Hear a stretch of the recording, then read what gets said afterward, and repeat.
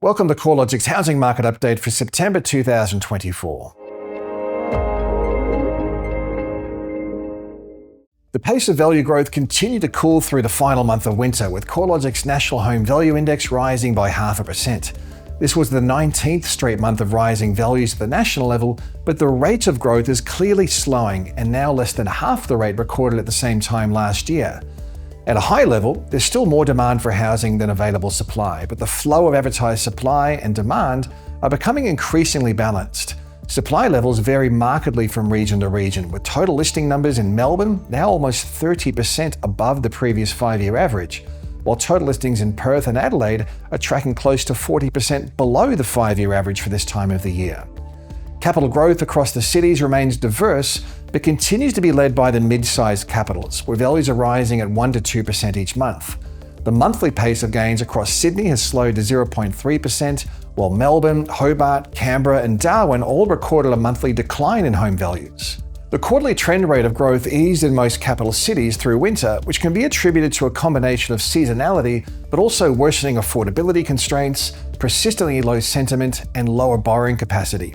While affordability is improving in markets like Melbourne and Hobart, where values are trending lower, it's hard to see housing values continuing to rise at the same pace in the mid-sized capitals as affordability becomes increasingly stretched, particularly in the context of elevated interest rates, loosening labour market conditions, and cost of living pressures. The ongoing outperformance of cheaper markets reiterates the strain on demand. The lower quartile of the combined capital cities market, which makes up the most affordable 25% of dwellings, rose by 2.7% in the 3 months to August compared to a 0.3% lift across the upper quartile. In a similar demonstration of demand being deflected towards lower price points, the quarterly change in unit values was higher than houses in 5 of the 8 capital cities as buyer demand shifts towards the lower price segments of the marketplace, supporting values at the more affordable end of the pricing spectrum. August also marked a few changes in the hierarchy of housing values across the capitals, with the median dwelling value in Melbourne overtaken by Adelaide and Perth, making Melbourne's median the third lowest amongst the capital city markets. This is the first time that Perth's median dwelling value has been higher than Melbourne since February of 2015, when Perth was coming off the highs of the mining boom. It's also the first time in CoreLogic's 40-year median dwelling value series that Adelaide has had a higher median than Melbourne. The higher median dwelling value in Perth and Adelaide relative to Melbourne is a combination of values moving in different directions, rising rapidly in Perth and Adelaide while falling in Melbourne, but it's also a compositional difference in housing stock, where a high proportion of medium to high density stock in Melbourne tends to weigh down the median dwelling value.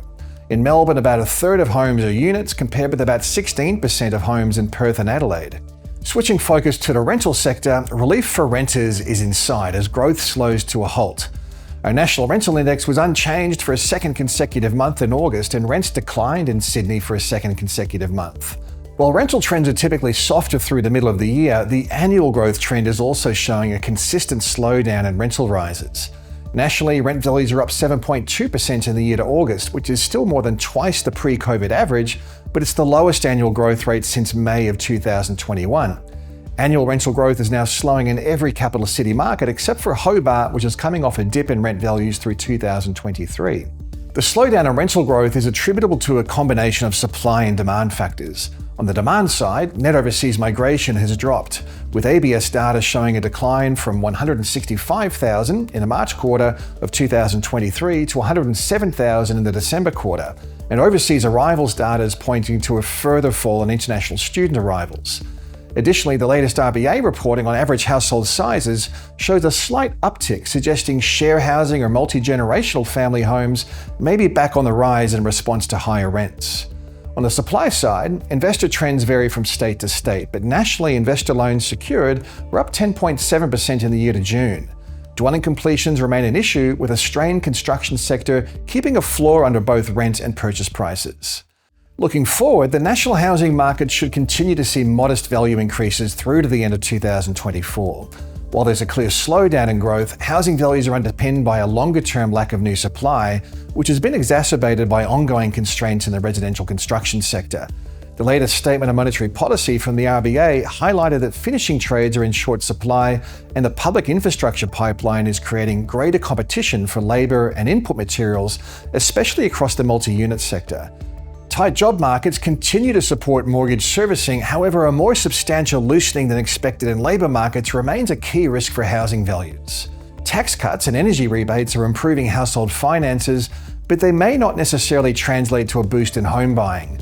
We did see consumer sentiment tick a little bit higher in August, buoyed by Stage 3 tax cuts, the cash rate remaining on hold for a sixth consecutive meeting, and lower inflation expectations. However, sentiment around dwelling purchases continues to decline despite an ongoing expectation that housing prices will rise further. Housing affordability continues to be a key factor impacting on demand, with a widening gap between what would be considered an affordable home for a household on the median income and the actual dwelling price. CoreLogic puts the estimate of an affordable purchase price at about $500,000 for the median household income, against a median dwelling value that's currently sitting at $802,000. This discrepancy is likely channeled demand towards markets with lower price points, including the unit sector and housing markets located further away from key amenities. Spring sellers should be aware of the differences from market to market. Heading into the spring selling season, there's no guarantee that buyer numbers will rise to meet the seasonal uplift in listings. While total stock levels remain generally low across the country, there are some markets, mainly across Victoria and Tasmania, where total listings are now accruing.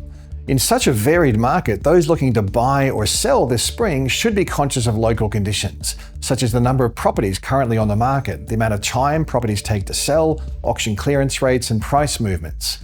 As always, there's plenty to keep an eye on in the housing market. You can stay tuned to all the twists and turns at the research and news pages of the CoreLogic website.